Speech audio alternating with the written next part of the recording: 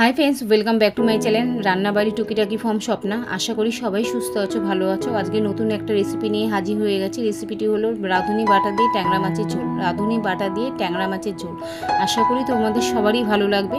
তো রাঁধুনি বাটা দিয়ে ট্যাংরা মাছের ঝোল করতে কী কী জিনিসপত্র লাগবে সেটা তোমাদের সাথে শেয়ার করে দিই।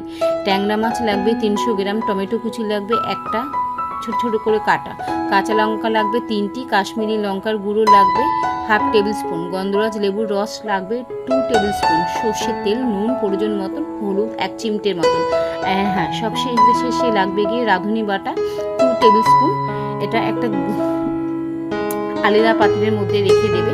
এবার প্রথমে প্রণালীটা কীভাবে তৈরি করতে লাগবে সেটা তোমাদের সাথে শেয়ার করি। প্রথমে ট্যাংরা মাছ কেটে ধুয়ে পরিষ্কার করে নিতে হবে। তার মধ্যে নুন হলুদ মাখিয়ে একটা পাত্রে আলাদা করে রেখে দিতে হবে।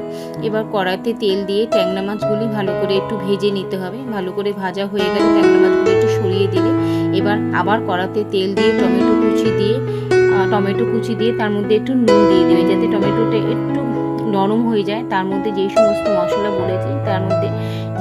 মশলা বলেছি তাতে একটু জল দিয়ে গুলে সেটা এর মধ্যে দিয়ে দেবে। দিয়ে ভালো করে নাড়াচাড়া করে ভালো করে কষিয়ে নিতে হবে। নাড়াচাড়া করতে করতে দেবে যখন মশলা থেকে তেল ছাড়ছে তখন এর মধ্যে রাঁধুনি বাটাটা দিয়ে দিতে হবে।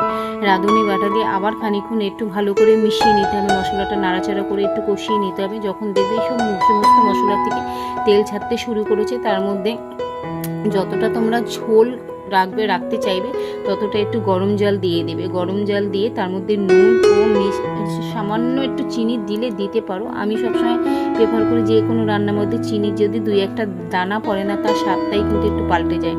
তো চিনিটা অপশনাল রইল। নুন পরিমাণ মতন দিয়ে জল দিয়ে ভালো করে ফুটতে দিতে হবে। ফুটে উঠলে এর মধ্যে মাছগুলি দিয়ে দেবে। মাছগুলি দিয়ে আরও বেশ খানিকক্ষণ একটু ফুটিয়ে নেবে। যেরকম টাইপের ঝোল খাবে, কেউ যদি গ্রেভি রাখতে চাও গ্রেভি রাখবে, কেউ যদি একটু পাতলা ঝোলের দিকে যাইতে চাও সেরকম বুঝেই ঝোলটা রাখবে।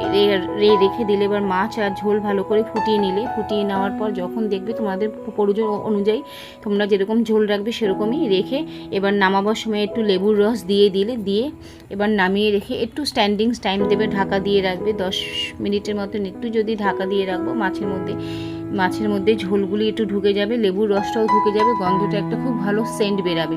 তো এবার তৈরি হয়ে গেল রাঁধুনি বাটা দিয়ে ট্যাংরা মাছের ঝোল। এটা গরম গরম ভাতের সাথে পরিবেশন করতে পারো, ভীষণই ভালো খেতে লাগে। আশা করি রান্নাটা তোমাদের ভালো লাগলো। বাড়িতে বানানোর অনুরোধ রইল। তো আজকের মতন এখানেই রেসিপিটা শেষ করলাম। ভালো লাগলে লাইক করো, কমেন্ট করো, শেয়ার করো। চ্যানেলে নতুন হয়ে থাকলে চ্যানেলটা সাবস্ক্রাইব করে দিও। আবার এরকম নতুন রেসিপি নিয়ে হাজির হয়ে যাব। আজকের মতন বাই, টাটা, টেক কেয়ার।